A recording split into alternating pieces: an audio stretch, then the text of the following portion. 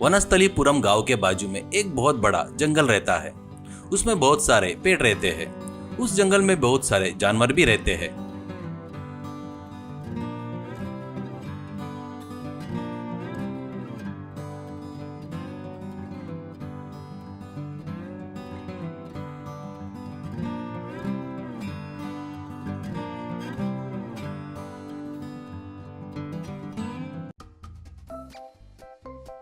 वहां के लोग उस जंगल के जानवरों का शिकार करना,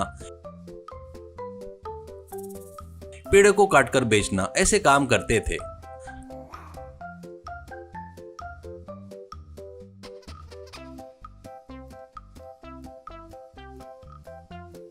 वनस्थलीपुरम गांव को लगकर एक बड़ी नदी थी।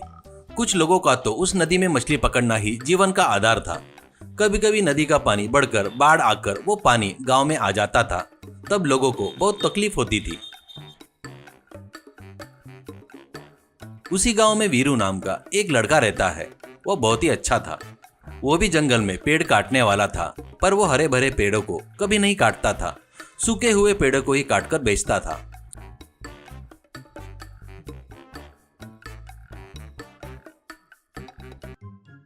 बाढ़ आती थी तब वो बोट लेकर लोगों को खाना और पानी पहुंचाता था। वीरू की पत्नी और बच्चे रहते हैं। वो कमाया हुआ पैसा पत्नी को देता था। जंगल में हरे भरे पेड़ काटने वाले से हमेशा उसका झगड़ा होते रहता है। एक दिन कुछ लोग मिलकर एक हरा भरा बहुत बड़ा पेड़ काट रहे थे। तो वीरू, ए गधो, जिंदा पेड़ को काटना पाप है रे। इन पेड़ों के कारण ही अपना वातावरण समतुल्य रहता है। ऐसे पेड़ों को काटने की इच्छा कैसी हुई रे तुम लोगों को? कहता है तो एक जन, ए तेरा काम तू कर ले रे, तू हमारे काम में उंगली नहीं करना करके कितनी बार बताए तो भी फिर भी बार बार आकर हमको परेशान क्यों करता है रे? कहता है तो वीरू, अच्छा बताए तो इतना गुस्सा क्यों आ रहा है रे तुमको? बता रहा हूँ तो समझ में नहीं आता क्या? जंगल को ऐसे काटते गए तो प्रकृति का नुकसान होगा ना रे बेवकूफो। कहता है तो एक व्यक्ति, इसका क्या हुआ तो हम क्या करें? हमको तो बस पैसा चाहिए। हरे भरे पेड़ों का ज्यादा पैसा मिलता है। सूखे हुए पेड़ काटे तो तेरे जैसे बाजार में रखकर बेचना पड़ेगा और उससे ज्यादा पैसे भी नहीं मिलेंगे। तब हम लोग क्या करना? तेरे जैसे भीख मांगना क्या? जाकर अपना काम देख ले रे, नहीं तो मार खाएगा। ऐसा कहता है वीरू। मुझे ही मांगने वाला बोलता क्या? तुम लोग ही हो रे भिखारी वाले।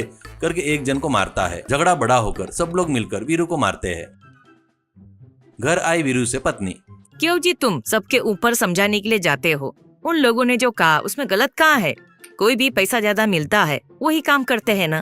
कहती है वीरू, तू भी उनके जैसे ही बात कर रही हो क्यों? पैसे के लिए कुछ भी करते क्या? पेड़ नहीं रहे तो दुनिया को कितना खतरा है पता है क्या?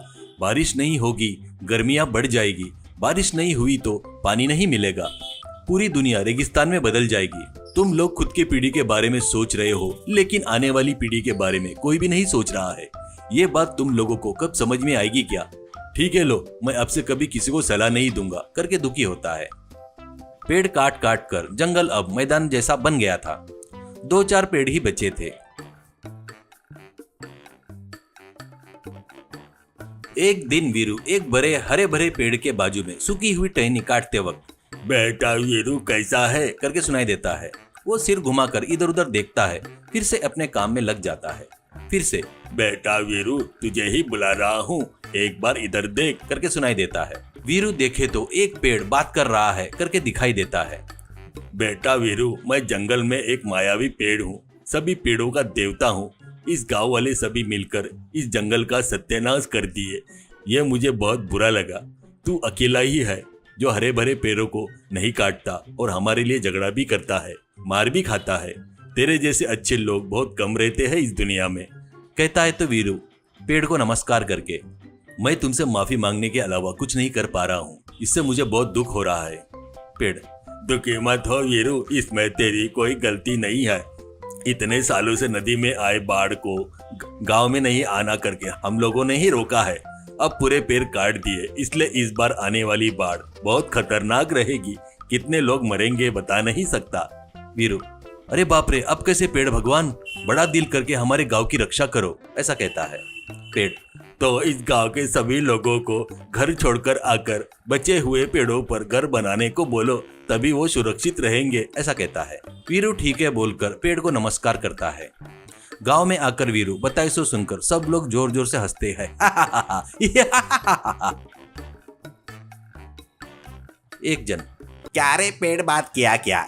ये बात मानकर हम लोग घर वगैरह सब छोड़कर पेड़ पर घर बनाना क्या? जाकर अपना काम देख ले रे, कहता है। और एक व्यक्ति, नदी के बाढ़ को पेड़ ने रोका क्या? हम ये मानना क्या रे, जा रहे यहाँ से, करके हंसी उड़ाते हैं।